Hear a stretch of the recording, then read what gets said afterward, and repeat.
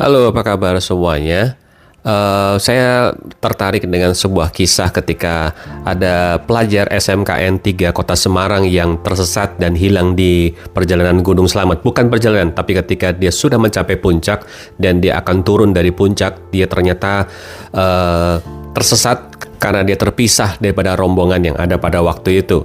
Dan di tengah-tengah tersesatnya itu, dia berseru kepada Tuhan. Yang menariknya, Naomi ditolong oleh burung. Ya, ada burung yang menuntun setiap langkahnya dia.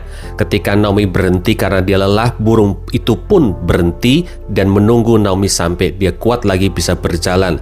Ada sebuah perasaan yang kuat sekali dari Naomi untuk mengikuti burung itu. Burung itu mulai menuntun Naomi untuk keluar dari hutan. Sampai ada satu titik posisi ketika ternyata Naomi mengikuti langkah burung itu, dia terpelosok. Sakit memang, dan di tengah sakitnya itu Naomi semakin berseru kepada Tuhan, minta tolong kepada Tuhan. Bahkan dia sempat ingat harusnya hari itu dia mengajar sekolah minggu di gerejanya. Dan singkat cerita, dia tertidur karena lelah. Tidak berapa lama setelah itu dia mendengar suara orang memanggil-manggil namanya.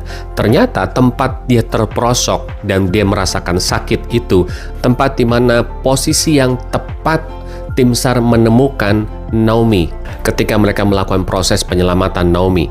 Ini yang luar biasa. Ketika dia harus terperosok karena mengikuti burung itu, dia merasakan sakit. Memang sakit, tapi ternyata sakitnya itu mendatangkan kebaikan. Karena di posisi dia terperosok itulah, disitulah dia ditemukan oleh tim SAR dan akhirnya bisa diselamatkan. Bukankah ini hal yang menarik? Saya percaya burung itu bukan karena sebuah kebetulan, tapi Tuhan utus burung itu untuk menuntun langkah Naomi. Dan Tuhan juga menunjukkan tempat dan posisi yang terbaik untuk Naomi bisa ditemukan di waktu yang paling tepat. Jadi dia nggak harus berlama-lama tersesat di tengah hutan di Gunung Slamet. Dari semua kisah Naomi yang menarik ini, yang luar biasa adalah dia berkata seperti ini, saya cuman berseru kepada Tuhan, saya minta tolong kepada Tuhan, saya berserah kepada Tuhan.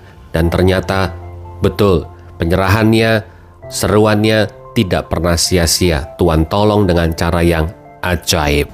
Saya teringat dengan nyanyian Syarah yang tertulis di Mazmur 121 ayat yang pertama, aku melayangkan mataku ke gunung-gunung, dari manakah akan datang pertolonganku? Pertolonganku ialah dari Tuhan yang menjadikan langit dan bumi. Ia tak akan membiarkan kakimu goyah, penjagamu tidak akan terlelap.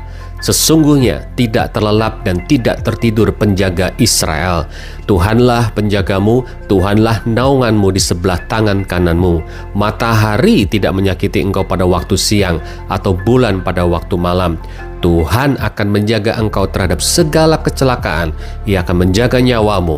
Tuhan akan menjaga keluar masukmu dari sekarang sampai selama-lamanya. Kalau hari ini kita sedang tersesat jalan kita dan kita nggak pernah bisa melihat tujuan yang jelas kemana kita harus melangkah, percayalah, berseru kepada Tuhan dan percaya dan mempercayakan hidup kita, keluarga kita lebih lagi kepada Tuhan. Maka Tuhan akan menuntun setiap langkah kita dengan cara yang ajaib. Dia bisa pakai apa saja, pakai siapa saja, dan pakai keadaan apapun untuk membuat kita bergeser menuju kepada rancangan Tuhan yang besar.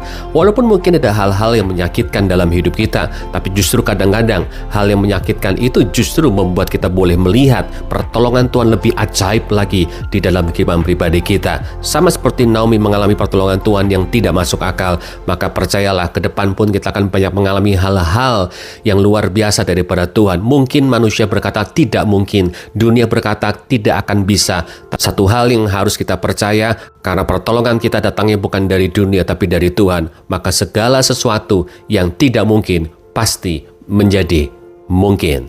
God bless you all. Keep winning.